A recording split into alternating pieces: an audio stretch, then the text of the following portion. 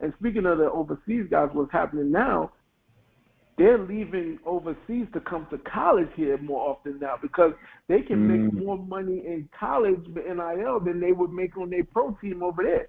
So if a pro team is giving them $100,000 over there, they could come here for $250. They come in here for college. I'm gonna tell you this part. They're not really going to school, no way. Exactly. The NIL process, when they, of course, from the top, they see that, it's third-party involvement. There's a lot of money that just passes through. But that right there, the NIL deal, for the guys that are overseas, like you're talking about, they 20, they 20, 21, because you can play in college now until you're about 27.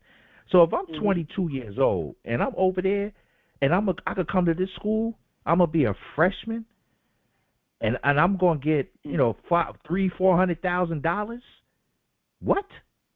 I'm going back to America. I'm going to college. What's my major going to be? I'm going to take communications. Whatever. Because the money is worth it. The NIL changed a lot. Now, that's for those. I know a kid. There's a kid that was on when I was coaching. I had 10 and under. He was 8.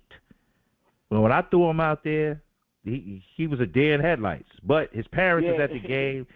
No, he was a deer in headlights. You need to get out there. So his parents understood why I threw him out there. It's a playoff game, and you need to be out there. So he was out there. He looked lost. We won the game, but his parents were like, "Wow, I was surprised you put him out there." I said, "Well, yeah, you got to learn somehow. You got to." And so he kept playing. He grew to about 6'5". He's a sophomore now. He's at I think it's at Northeastern, and he gets a little NIL money. Yeah, so he gets a little NIL money. But when I thought about it, I said, "Hey, if this kid, getting whatever $1,000 a week or whatever, that's a lot of money for a kid that's in college that's on a scholarship." When I look, and that's a low level NIL deal. Yeah, $1,000 a week. I was getting $1,000 a semester, Anton, in college. Okay, this dude's getting $1,000 in a week. But hold on, though, son. You was going in the 80s. $1,000 was different. Y'all should see the money. For real, man. The money some of these kids getting, man. It's unreal. I know. Here's a prime example. This week, University of Kentucky had a pro day.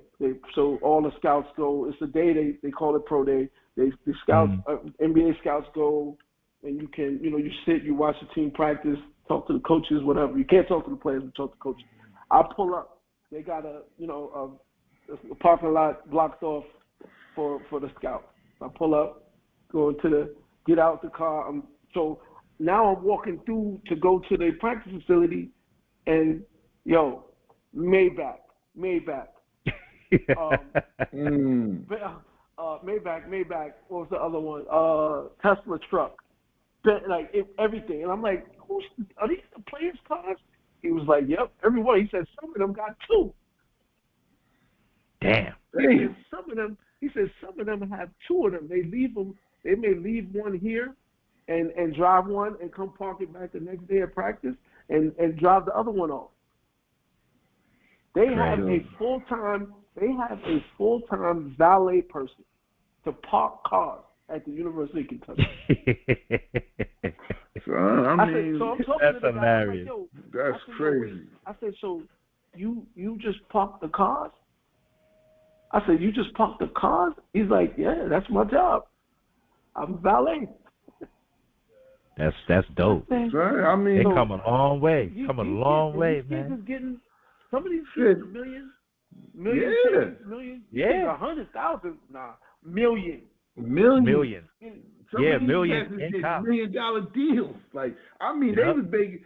That's why the girls in the college, they're not running to leave to go to the WNBA. Old girl, look at the one from Louisiana. She made like $5 million. She's gonna make more money again to come back as a senior. So by the time she gets to the WNBA, she got money already. Right. That's how you would really want it. I mean, look at Colorado. Shador Sanders, he gave his lineman a damn Bentley. Yeah, like this is, he was getting his NIL deal. His NIL deal was like That's real. 6-7 million. Word. LeBron's son, his shit was like 8 million.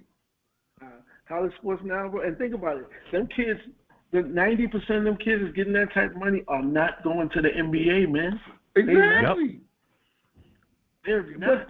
It's a great deal, man. It's a great situation. They have to take it. They have to take it. I mean, think about it. Remember, you back in the day, you know, when you played and you was nice, you got the D1's letters, right?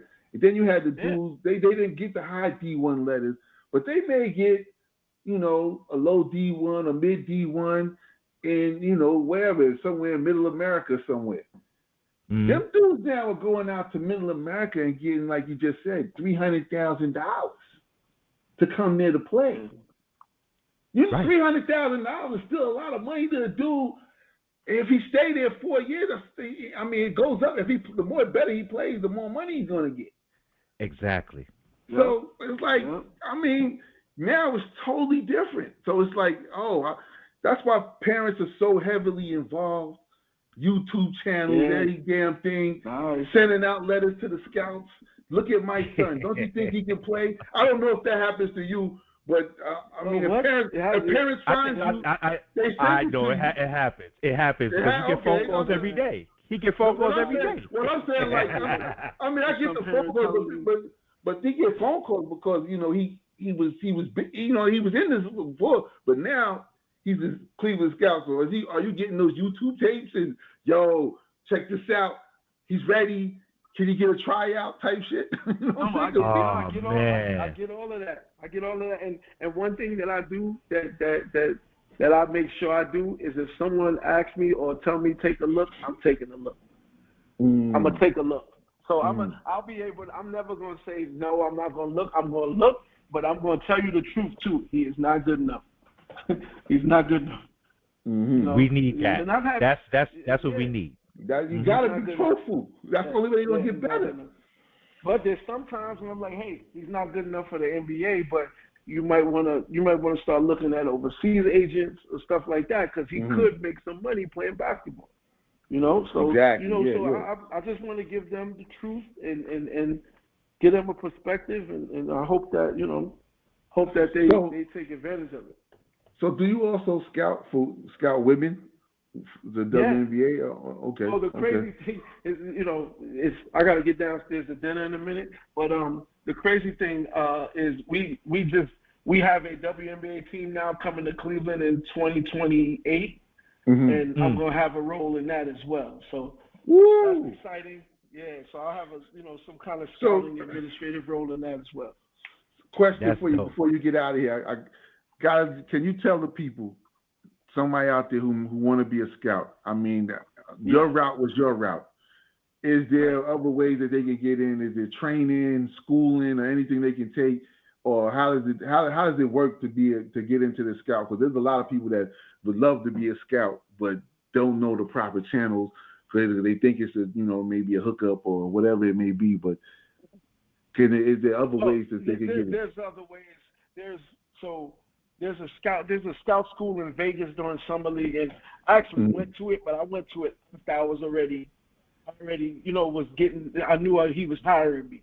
I went just to kind of get some, but it was amazing because I learned some things, just perspectives, and they had scouts up there and GMs talking, they were talking. So it's called I think it's called Pure Sweat Scout School.